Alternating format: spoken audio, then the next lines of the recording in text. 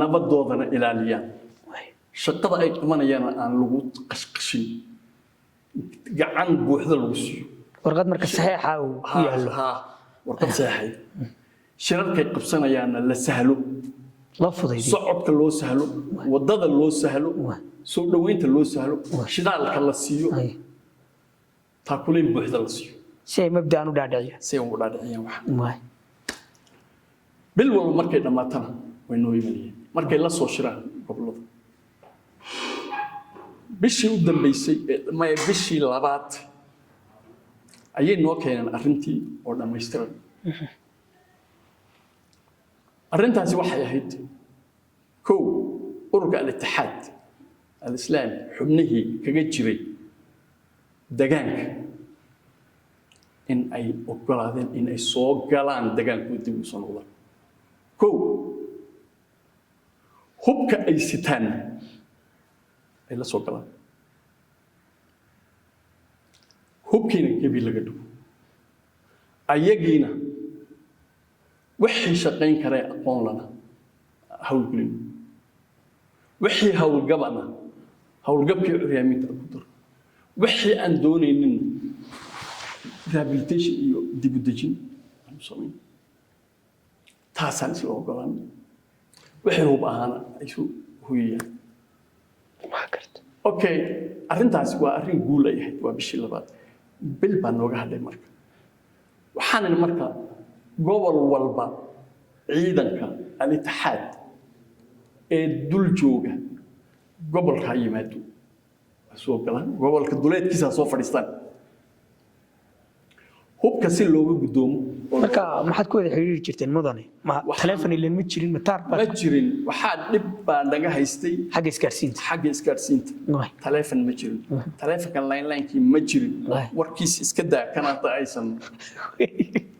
sida ku gaarsiin jirnay raadiyaha tureeyaha ciidanka military raadiyaasha ayaan ku xiriir jirnay anigu intaan baxo yaan tagay xerada ciidanka xerada military aan tagay arkaas marka qasrigaad ka talinaysa wax taarina ma oolin telefoon baa yeeli laakiin ma madax buuran oo saa loo kii talyaaniga sheegay xilli wareejinay ma lama wareejinay kaas waa casri weeyaan maya ku intaad mashiin qaadato sida maniilihi ku kicinayso rif markaad u kaciyo mashdal ku shaqeynay marka kuma shaqeynay gacan waxaad ku kicinaysaa maniilihi afka yaad xoog bir bisinaysa facility uu halkaas u taagnaa anigu intaan baxo in aan tago xerada ciidanka qolka isgaarsiinta galo ayaguna ay soo fadhiistaan maamulka iyo sidaan ku wadnayba xataa gobolada gudoomiyaasha gobolada iyo degmooyinka halkaasaan intaan ku ballabyaalay la soo fadhiisnay xerada ciidanka halkaasaan ka siin jiray tijaahadka iyo maalka iyo wixii information ayaguna ay soo siinayeen xaalad adag baa ku soo shaqaysay xaalad aad u adag oo runtii aan laga sheekeyn kareyn anu baarlamaanka marka soo maalin dhaweyta aan ka hadlay waan isku ooyay runtii waan isku ooyay dhibaatadii aan soo marnay nimankii baan wadayay waxaan ku ballanay marka in hubkoodii gobol walba ay soo dhaweeyaan annagu shir baan dib u gallay ciidankii harar waxay yidhaheen waxaan ka doodnay marka hubkii sidii loo qaadi lahaa guddi baan u samaynay saddex kaysood guddi farsamo yaqaan oo hubka yaqaana oo ciidan ka tirsan oo kuwii miinada yaqiinay kuwii qoryaha yaqiinay iyo kuwii bamka yaqiinay iyo kuwii wax walba noocyada ciidanku uu ku dagaalamo wixii yaqaan inay hub la hadhayna dee waa la is ogyahay ayagu way is og yihiin controla annagoo degaankii ayagii saddexdaa guddi oo isku dhufan yaa goobjoog ka noqonaysa meesha hubka lagu tirnay odayaashii degaanka ayaguna oo goobjoog ka noqonay arrintii markay halkaan isku raacnay arrinta xujada noqotay waxaa weeyaan hubkii yaa qaadayoo loo dhiibaya ciidamadii waxay dhaheen annagaa qaadayno hubkii seed u qaadanaysaa annagu dowlad baan nahay haddii si fiican loo xisaabtamayo ra'iisul wasaaraha anaa ka wakiila dowladdii anaa ka wakiila ciidan baa tidin hubna waa haysataan annagu institutionna ammaanaan leenahay waa ammaan ka shaqeeya hubka annaga qaadanayna annaga ku hubaynayna ciidankana ku hubaynayna annaga lagu ogaanaya waxa la yiri maya gir waa arintay ugu dareerin gobol ku soo waxa waxa ma jiraan hatta taageerisan in xabadana sii socoto okay oo dibka wadaan idinku sheega waaga aad looma kala adkayna sida loo kala adag yahay ma jiro dadku wada cusbaa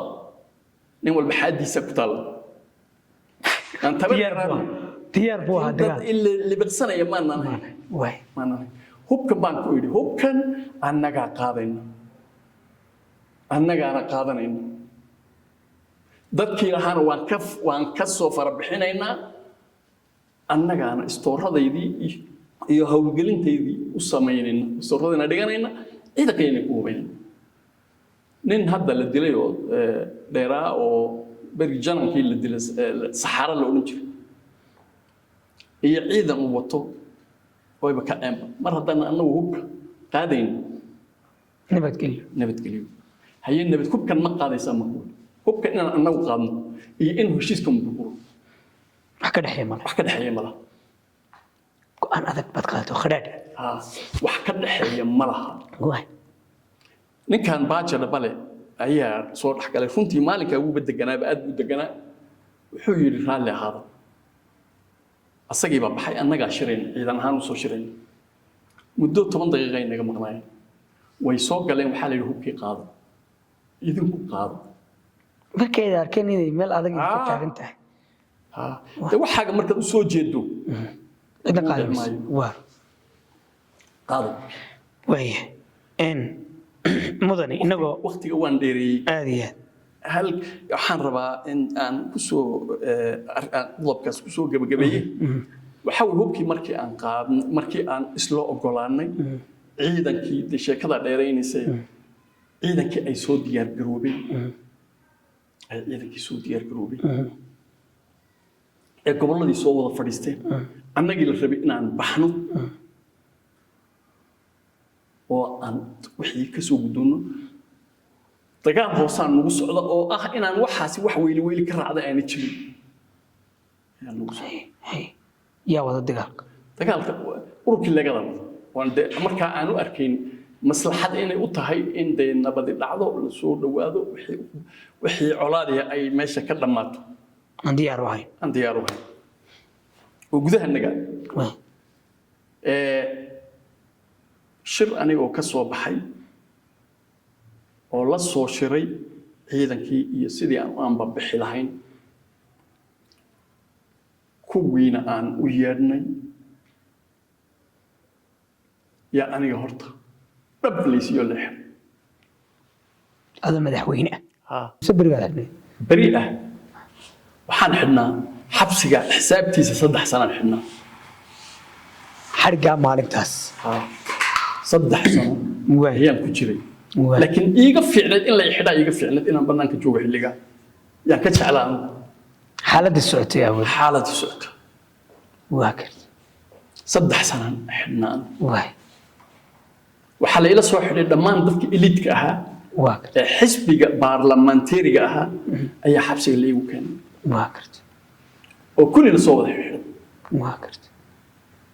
وحلا يوحي لي هفانا واكرت هفانا ماشي اللي يوحي لي وحيا هيد دبا اللي كشاكين دوناي ورياها هفانا بنابيد بوها عن عيدك بوليس كدجي barxad weyn buu leeyahay barxadii baan laba baqaar oo waaweyn hal laga dhiso ciidan ku seexdo hal laga dhiso laba baqaar oo waaweyn inta badan usbuucii 2-3 jeer baan soo kormeeri jiray hore u dhameeyay markii farta laga qaaday asagoo qoyan la soo geliyay aniga oo la soo xidhay waxaan ugu yimid 3 wiil oo qabdaaro aad u firfircoona oo igu horreeyay meesha وكسحنا بري في دار بكمل واتقنا على دايره واتقنا على عبد الله حدك على عبد الله حدك هذه فرح كان ذا اللي نجري هذه ادو في فرعونيت كسوريس يعني وإمد أيقو مركا أيقو هبينك يقصور ما ينيابن مركا أركان مدحونيو aad u yaabeen madaxweyne la soo xidhay adduunka gurmay marka yaabo ma joogo dadku dhan baa yaabka meeshtii suuqa dhan baa yaabaha way yaabka ballan ala kulli xaal waxaad ka mid ahayd madaxweynayaashii deegaanka soo maray ee la xidhay ee jeelka soo arkay waxaan ahaa ninkii ugu jeelka dheeraa madaxweynayaashii deegaanka waqtiga la xidhay jeelku way soo wada maray khadar baa soo maray cid dheer baa soo maray markii cabdi laga reebo ninkii ugu jeel dheeraa baa tahay way qofka ugu jeel dheeraa cabdi lix sano xunna marka cabdi laga reebo lix sano qofka ugu jeel dheeraa baa waxaa iigu timid oo la soo xidhay dhammaan dadkii magaca iyo muuqaalka lahaa ee deegaanka iyaa la soo xidhay iyaga la soo xidhay oo iigu keenay xabsiga xabsiga markii aan ka soo baxayay waxaa la keenay 14 guddigii fulintoo maamulkii leega ah ay daba martay kuwii soo xidhay markii hore kuwii soo xidhay waa dunyay waan isa soo daba marnay aniga in la soo xidhay manaan baba leegu tusay inta xabsiga joogo qofka xabsiga ku jira aadiya manamkiisu waati anaguna yar qoysaan manamku waan ka helay way waa gartaa ma hadii yidhi annagu biyo kuma naanaysan xabsiga biyo kuma naanaysan laydna ma lahayn midna ma lahayn oo guriyuhu way cusbaayeen waxaan idhi war xabsigan waad soo gelaysaan biyo laydh samay annagu marka bal qodobkaas horta asagoo wax badan ka maqan yahay dadaalkii nabadda ururkii onalef waan ku guulaysanay inuu dhismo waa kan maanta qaybta ka ah ee jiritaanka dawladdeena kamid ah balance gareeyay leego uu hirgalay raggii layla soo xidhiyay baa halkii ka saanja ka jaan qaaday waday doodo fara badan baa dhacay dhibaatooyin badan baa dhacay muddadii aan xidhnaa intii hore oo halkii sano u horeeyay oo dhan waa la isla qalma roganay waa la isla galgalanay waa la isla marka ayaa madaxweyne looga dhigay deegaanka markii la xidhay kadib إلى دقيقة بلا مدحوين ما هانا يه مركي لو حرك كذب يا مدحوين الله قدي وحا شيء كذو ويردن تالنت هاي وحويان إيد باب مدحوين الله قدي إيد ظاهر باب مدحوين الله قدي قيبت الشيء كذا ونيس وكلا دافع قيبت الحرق جيجا مسؤولية ده الله هاي وحرق جيجا وحاكم ده بار لمركي دور شديد ماتي دور شاء قلي doorashadii sideenaba deegaanka Soomaalidu xilligan mooyeen waqtigan mooyeen xilliyadii hore barnaamijyada dawladda federaalka ay qabanaysa ee u dagay gobolada soo dhaadhacay deegaanada waxay ka dambeyn jireen bil labo saddex ay ka dambeyn jireen hadday tira koob tahay iyo hadday doorasho tahay intaba deegaankan ka dambeey waxaa loo yaqiinay meel la isku cuno oo la colaad ah dadka la soo diray wax tirinaya ama election ka sameynaya ama tirakoob ka sameynaya cabsanayeen waqti aan waqti ahayn bal keenay waqti hawlahaas oo ay dhamaysteen yaa la keenay awoodoo dhan xaq la isku keenay awoodoo xaq la isku keenay waxaa dhacday marka 7 degmo oo kamid ah deegaanka oo tii aan ka soo baxay ay kamid ah baarlamaankoodii ma joogo ibay waa kartay 7 degmo oo ay ka soo baxayeen 22 xildhibaan xubnooda xildhibaana oo xildhibaan ay ka soo baxayeen wala tirtiray ma aanay imaninba way sababta maxay lama hawlgal sababta maxay lagama doorashadoodiiba laba gelin way waxaan nidhi marka waxaad samaynaysaan waxaa yimid federaalkii baa yimid xafiiska prime ministerka khibradiisii baa timid leegadii oo dee markaa xoogoodu uunan caadi ahayn baa yimid wasiirkii baa yimid runtii wasiiradii baa yimid ilaa 2 wasiir Shamsuddin Cabdimajiid kuwa kale yaa yimid waxaa la yidhi marka baarlamaanka way dhamaatay doorashadii way dhamaatay dawladdii waa dhisaynaa aan ku dhawaaqo baarlamaankii kalena kala dir كنا فرشركيسي كعصبنا فرشركيسي كي هرنا كلا تر kii kaan waay waxaan lama kala dirayo waay ilaa ay ka siimaadaan waay 7 ka xubno oo xaq u leh in la doorto ayaguna wax doortaan ilaa ay ka yimaadaan shirka furi maayo waa garta ma furayo shirka ma dhaqan sharcina ma aha dastuurna kuma jirto wixii waa afgambi baad waa afgambi waxaa la ma shirka wad furaya furu adna ma furayaad waxaan ku yiri shirka iyo magaalada waan ka taga ana madax ka federal bakatimid soo jeedin sharci darro ayaad wadaan waay oo inaan xaq u lahayn waay iska faragelinta tooska ah ee qaran dumisnimada ah ee aad nagula dhaqmaysaan ma ogolaanayno haddii la ismaqlayo oo sharci shaqaynayo ka baxa ku noqdo fadhiyadiin annaga waxaan nahay degaan baan nahay qowmiyad baan nahay sharci baan nahay habkanaga maamulka annaga wadanayna baarlamaanka annaga sugayna markuu noo dhamaado annaga sii daynayna kana kala dirayna kana soo dhaweynayna idinku waxaad wadaani ma aha sharci ma aha waxaan ogolaanayna ma aha mana soo dhaweynayna halkaas ka istay waxa la xubnaha maqan waa loo dhigayaa maxaa loo dhigayaa macambuulo gabadh adin raacday reerko karsaday masago raashinkeeda loo dhigaa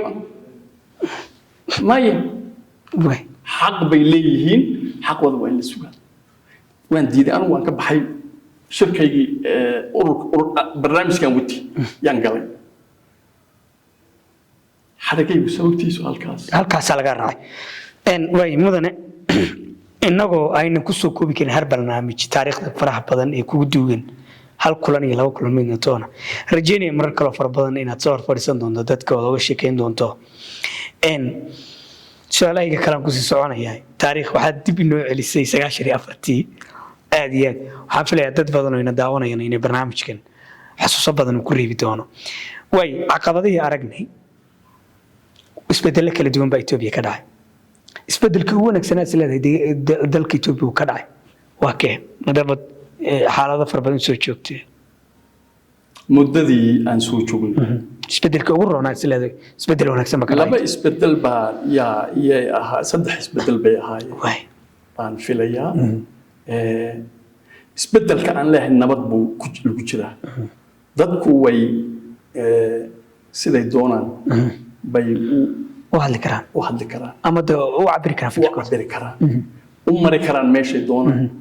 nabad u heli karayaan inkastoo dawlad laga waayin dhaqdhaqaaq iyo calaacal aan laga waayin aan laga waayin oo duruufta keenayso haddana waxaan isleeyahay nabad baa lagu wada joogaa nabad baa meel lagu wada marayaa nabad deganaan baa jirta kililku wuxuu yahay يعني دجانكي ونبت سنة إثيوبيا أينو نهاي مانت أيان نهاي مانت كذا نبت قليلة مانت كذا وين مضني أدي دبلو على الله فرصة مانت هاي هايستان هذا حد ديجان كتشوجا أما سياسة ده ومدحونا نقولها ما حد كل تلا أما كمان لاي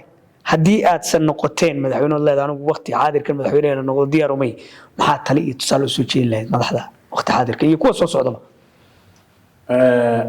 aad baad u mahadsan tahay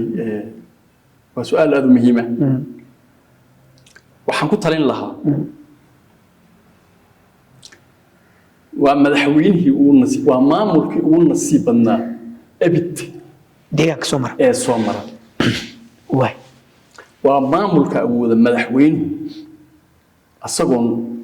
xagga horena iska dhigin xagga dambana iska dhigin halkan intuu ka dhaqaaqo caanaha si uga sii cabaya reeraha inuu xuduudka beledweyne ku geli karo waa maamulka haysta dhammaan facility deegaanka waa maamulka haysta intaas oo bilyan maamula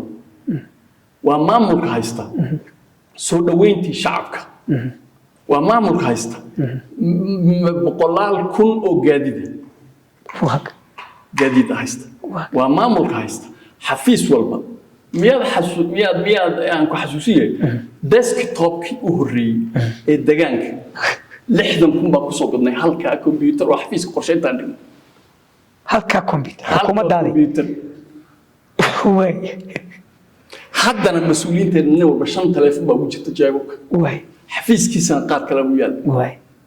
iska daa desktop qolku sina xafiiskiisa taala qaybtii soo dhaweynta qaybtii barnaamijka aadiye waxay haystaan fursad aad u qaali ah aadiye waxaa keenay nabadda ayaa keentay waxaan oran lahaa waxaan ku naalaa oo aan nahay degaan barwaaqa degaanka Ethiopia ugu ballaaran ka labaad ee ugu ballaaran waxaan haysanaa dal ay ku jiraan khayraad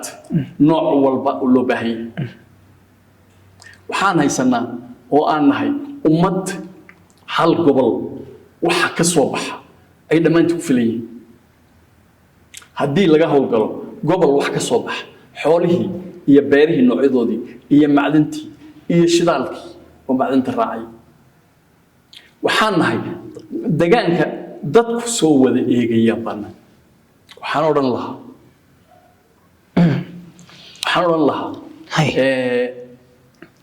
maamulow anigu madaxweyne inaan noqdo ambitionkayga ma aha iyo hamigayga maanta waqtigeedina waan soo qaadan kuwaan dhalay baa jooga kuwaan dhalay idinka ah idinkan hadlaya ee hor fadhiya ah degaan zone walba gobol walba waa soo jeedintayda wuxuu cuni lahaa hala soo baxo hana loo sameeyo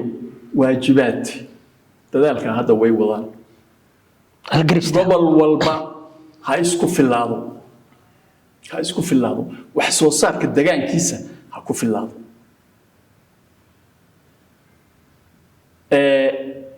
xoolaha degaanka ee barwaaqada ah ee aan nahay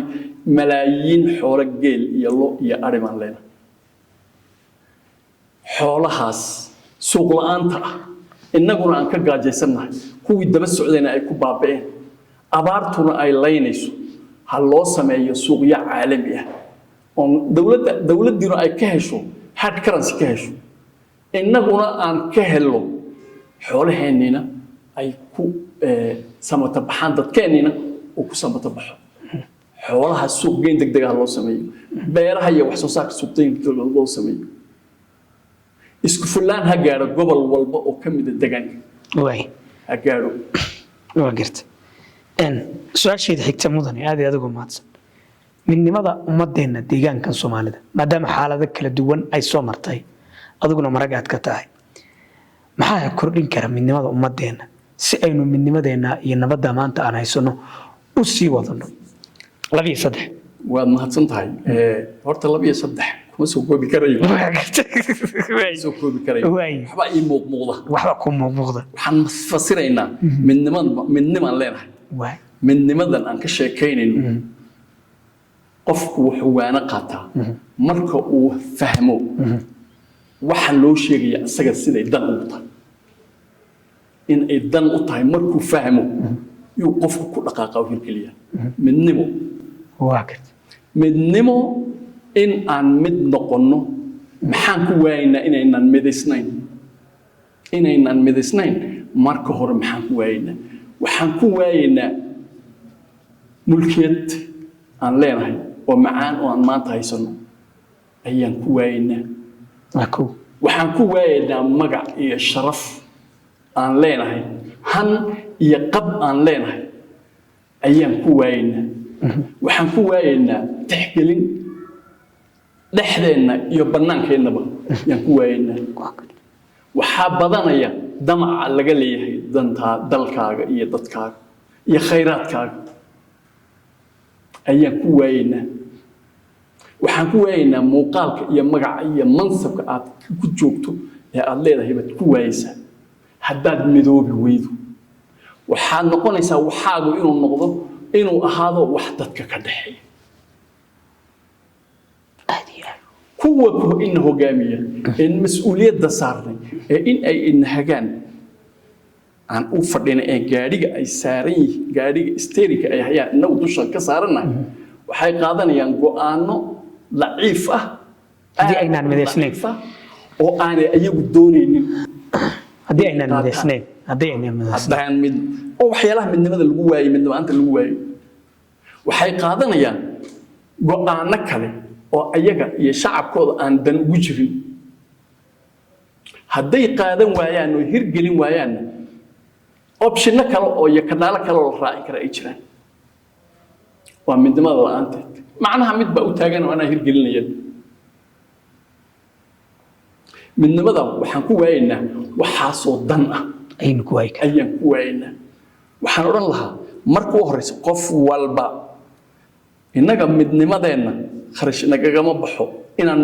habac baan nahay dan kama lihin inaan midoobin waan iska joognaa laakiin waa in la ogaadaa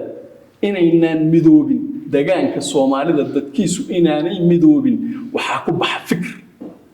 waxaa ku baxa kharash aad u fara badan waxaa laga soo galayaa meelaha aad u jilicsan tahay oo dhan baa laga soo galayaa qorshe waqtiyeysan baa kugu socda si loo burto meelaha laga beerto midnimo la'aantaada wayna taagantahay wayna dhacaysaa hadday sii socotana meel madow baa la soo istaagaya degaanka Soomaalida meel walba waxa doontid sheeg adiga hal wax baa lagu yaqaanaa hal wax baa lagu yaqaanaa hal damacna waa laga leeyahay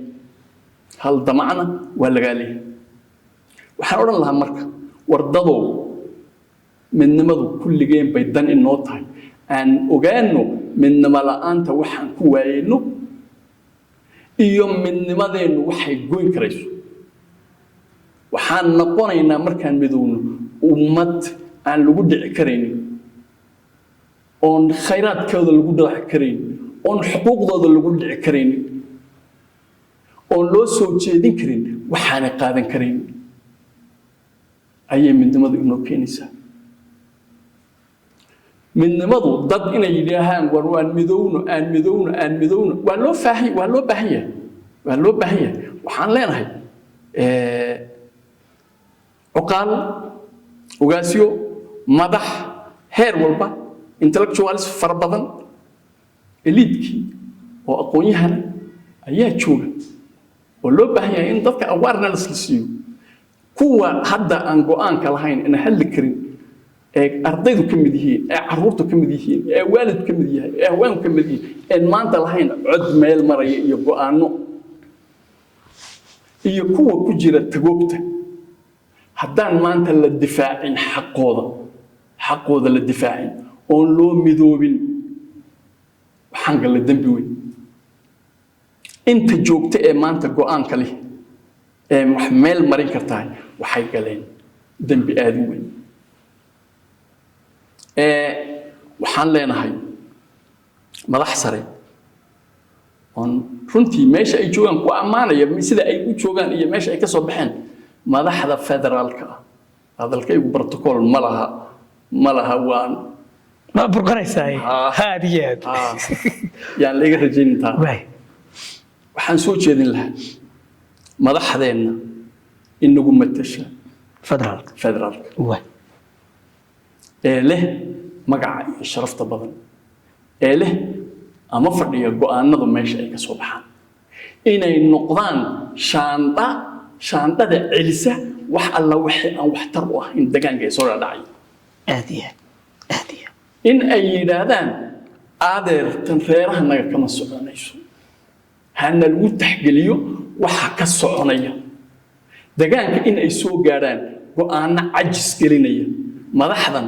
iyo hogaamiyaha jooga cajis gelinaya iyagu marka hore soo shaandheeyaan oo soo dhaafay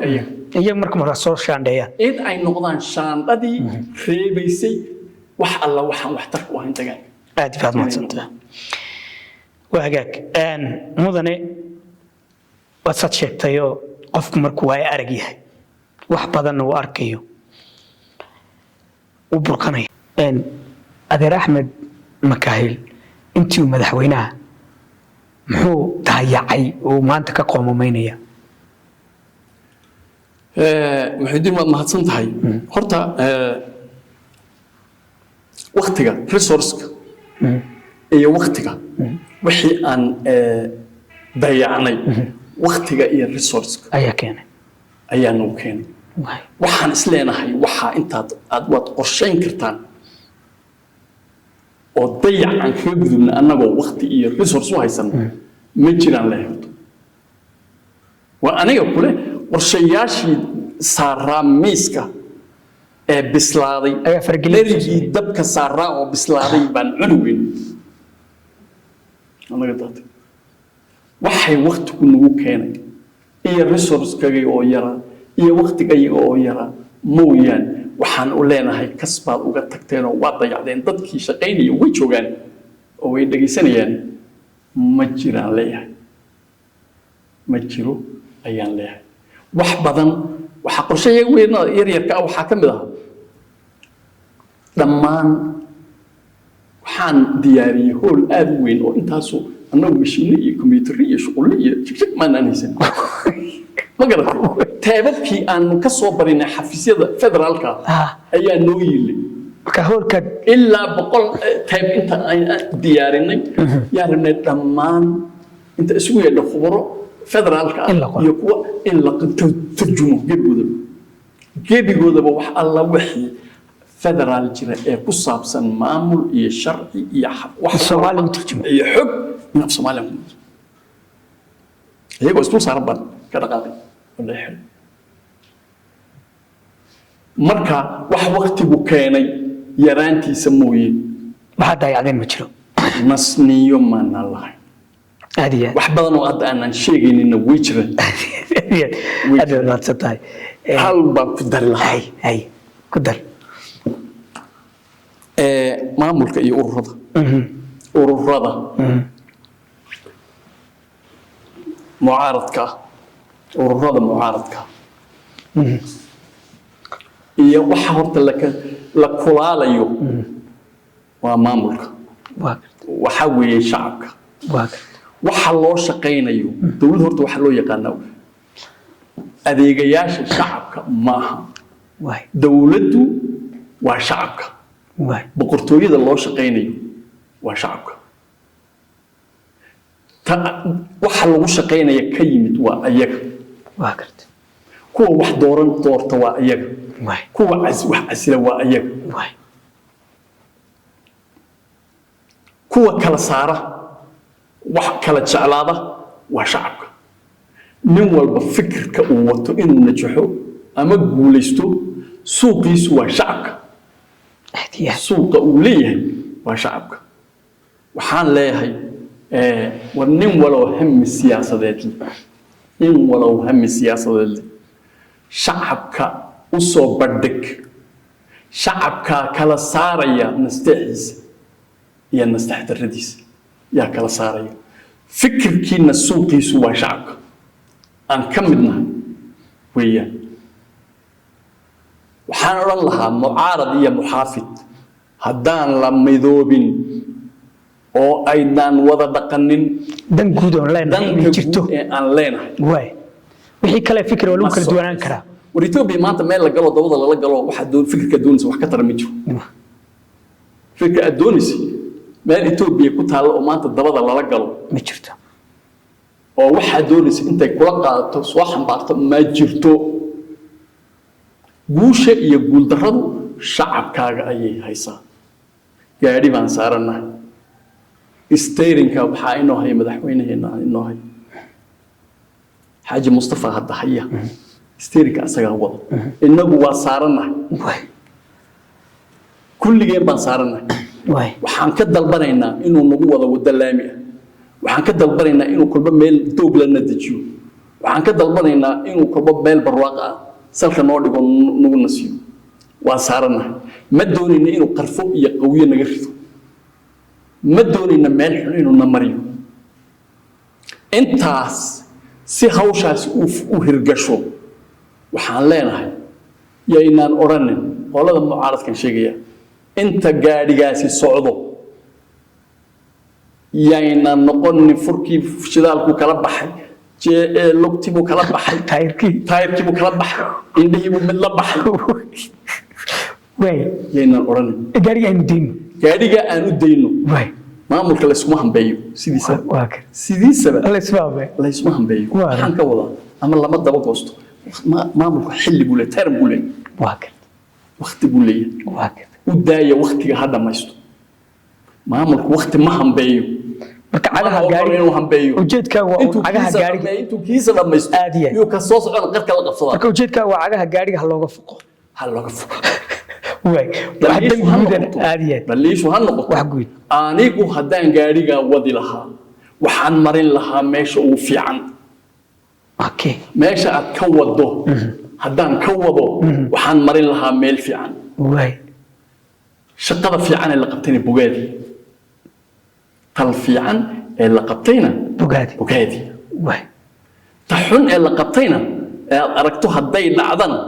wayba dhiciyo de maamul baa la jooga adduunya la jooga daliil caadi u daliil caadi xaaladeen oo dhan baa dhaliilanba waqtigaa ku dhaliilaya shacabkaa ku dhaliilaya wax walba waa lagu dhaliilaya daliishu waa iska imanaysaa si adoo ku talagalay u imanaysaa ninkii maamul garanaya adigu waa inaad garab dhigtaa anigu sidan ma ahaadeen daliishaadu waa in noqoto sidan ma ahaadeen si ka fiican baan ahaan lahaa si ka fiican baan wax u badi lahaa sidan uma wadeen daliishaadu waa inaad noqoto in sidaa loogu midoobo maamulkii oo la siiyo waqti ayaan soo jeedin lahaa gaar ahaan maamulka waxaan ayadana kelimad u soo jeedin lahaa maamulka hadda jiro ururada mucaaradku waxaan soo jeedin lahaa inaan waqti ayaga iska celintooda aan fikir iyo waqti badan la gelinin horey loo socdo wixii loo baahnaa idinkaa gacanta ku hayo wixii la doonayay idinkaa gacanta ku hayo u daayad ha la hadlo ha lagu hadlo wax wanaagsan in la warjeenay in lagu hadlo codkiisa u daaya wuxuu doonaha ku hadlo waxa laga hadlayo bandhig wanaag ku bandhig shacab ku bandhig hadalka ayaga ha ku celinina isu jawaabistu macnaha ma fiicno waa kayd caqli kaydsan weeyaan xoog kaydsan weeyaan wax loo baahan yahay weey kuwii waddanka kuwa lahaa weey kuwii talada kuwa lahaa weey la tasho dhaliishana qaado dhaliishana waa maamulka qaata dulqaadna lahaad ayagoona ha u arkina dad ajnabi ah dibadda ka yimid meel kale ka yimid ayaguna wax burburinaya yaana la imaan oo ha la imaanin aan leh ayagii ma la hadlayaan midnimadu say ku imanaysaa taas waa sidaas hal arrin baan rabaa sida aan meeshan ku degnay ma ku daraa jigjiga ku dar meel ay degaan male waa kuwii la rabay shacabka inay u adeegaan waxaan sameeyey marka magaalada waxaa ku yilla guryihii hore ee lala wareegay ee dargii la wareegay ee shacabku lahaa oo dagaaladii soo jireenka ay ka qaxi jiray oo dowladdii dharkii la wareegtay yaa jiro bunaabeediye lagu tahay waxaan soo shiriyey 35 bunaabeed dadkii deganaa yaan soo shiriyey waxaan guryahan yaa leh dowladdaa leh annagu yaan nahay dowladdii haddaba dowladdii laga rabay inay nabadgelyadiinna ilaaliso waxbarashadiinna ilaaliso caafimaadkiinna ilaaliso biyihiinna ilaaliso adeegiinna oo dhammaystiran bixiso xageen wax ku maamulaa mooyi baa la yidhi mudaharaad baa la qabsaday federaalka loo dacwo waana la saarayaa baa la yidhi annagoo axmaara annagoo qoomiyadii kalaa waana laga saarayaa meesha gig bay arrintii noqotay maanan dhegaysanina guddi baan saaray 17 hotel ayaan ka saaray 17 hotel iyo 2 xisaababeed oo mid Sersostia iyo kan council ku jiro ka saaray xafiisyadii baan halkaa dejinay Addis Ababa mudaharaadkii halkan laga qabtay Addis Ababa laga qabtay haddii federaalka qofka ku jooga uu yahay nin adag oo adiga kula shaqeynaya dadkaaga la shaqeynaya ibkuma soo gaadho allah u naxariisto qofka intiisa fiican waa la sheegaa Dr. Abdul Majid wuxuu ahaa nin Soomaali ah runtii nin xalaal u ahaa dadku way dhagaysanayaan waan hubaa saaxiib wanaagsan ayuu ahaa han leh oo qab leh oo ku faana Soomaalinimadiisa madaxdii inta shiriyay waxaa ila soo hadlay ninkii madaxweynaha ahaa ee federaalka joogay dadka maxaa looga saaray dadka ma naasaarin guriyada dawladeed oo dad ku ganacsanayeen baan ka saaray oo xafiiskii dawladda dejinay baan si shacabku u adeegto ma waxaad wadaan apartheid oo wadaan waxaad wadaan ii sheegay jinsi riix ma wadna baan Cabdimajid baan la waxaan ruuxa samaysta halkii buu ku doontay dhammaan waxa meesha ku jiro oo dhan waan ka saaraynaa xaq bayna u leeyihiin dawladdu mid ugu tagay dabkii Addis Ababa ka shidnaa iyo mudaharaadii wixii la sameeyay oo dhan buu cagta mariyay nabad baan helay xafiisadii sidii baan ku dejinay oon ugu qaybinay xaaladaas ay ka soo martay goobjoog baan soo hay xaaladaas ay ka soo martay xaaladaas ka soo marnay maanta miyay jiraan xafiis aan lahayn gurigiisa oo qurux badan oo sharaxan oo asagu leh oo asagu dhistay ma jira waa yiri ma jiro intaan ba ka wadnay intaan nabadgelyada aan ka shaqeynay dhinaca waxaan ka wadnay maamulkii daadejintiisa distractkiisa sharci daadejintiisa sharci quradii cagahan u dhigaynay waxaan soo markaa miisaaniyadii u horeysay baan diyaarinay waa tii ugu horeysay baan diyaarinay oo aad u yarayd yaan diyaarinay oo federaal ka difaacnay oo markaan difaacnay waliba wax noogu sii daray marka baahidanada la arkay inta ay la egtahay waa gartay taasi waxay ahayd xanuunada ugu waaweyn ee naga soo maray waxaa ka mid ah shaqaalihii 7,000 oo shaqaalaha oo aan qoray iyo 3 koorso oo ciidanka booliska yaani waa aan la federeeriyay gudun yahay kuma goysay imaada goysay in gobolka bay u jiraan bal ilaa Soomaaliya ya afkaartaas dadka Soomaalida qayb kamid ah wadatay oo nala joogtay walaalahana waa toqonnimo weyn waxaan nidhi hal qof oo la eri karo ma jiro ama kaarigayga oo markaa tikray ah oo hadda la dilay waxaan nidhi deegaankiin waxa ka shaqeeya xataa iskuul mayna gelin iskuul xataa ma gelin idinkiin ama karada aqoon leedin ma jiro kuwana ma oo la faahadan ama cid kale ha ahaadaan ama waxaad u doonto oo aqoon waa kuwii wadanka lahaa wax ayagoo socda u shaqeynaya waxbarashada qaadanayaan ayagoo ku jira shaqadii oo adeegga shacabka wada ayaa waxbarashada ay ku soconayaan sidaas ay ku soconayaan guntiga gabagabadii barnaamijkeena anoo aad iyo aad kaaga mahadcelinaya sidii quruxda badneyd ee igala qayb qaadatay aadna aad u mahadsan tahay aad baad mahadsan waraysiyo kala fara badan oo iskugu iman doona haddii Allah wadiyo waxaan sheegayna 5% kama dhan macluumaad aad baad mahadsan tahay barnaamijkan intaas ayaan kusoo gabagabeynaa daawadayaashaanada qiimaha iyo qadarinta mudana waxaa marti inoo ahaa maanta madaxweyne hore Ahmed Makaahil Xuseen oo kamid ah madaxdii xaaladda adag ku soo shaqeysay kana mid ah madaxweynayaashii jeelka u soo maray deegaanka Soomaalida waayo arag rugcada siyaasiga ayaa barnaamijkeena ugu martay barnaamijku aad u dheer awoodiisna waa soo koobay barnaamijku waxay la qayb qaatay asxaab fara badan oo ay kamid yihiin saaxiibkay Baghdad iyo saaxiibkay Sharmaarke iyo sidoo kale ولا نمعان وبرنامج كنا هبيي وقت بدنا كبحي برنامج lamada inta ku kulmayna saayo nabad geliyo mar kale aad ma santaade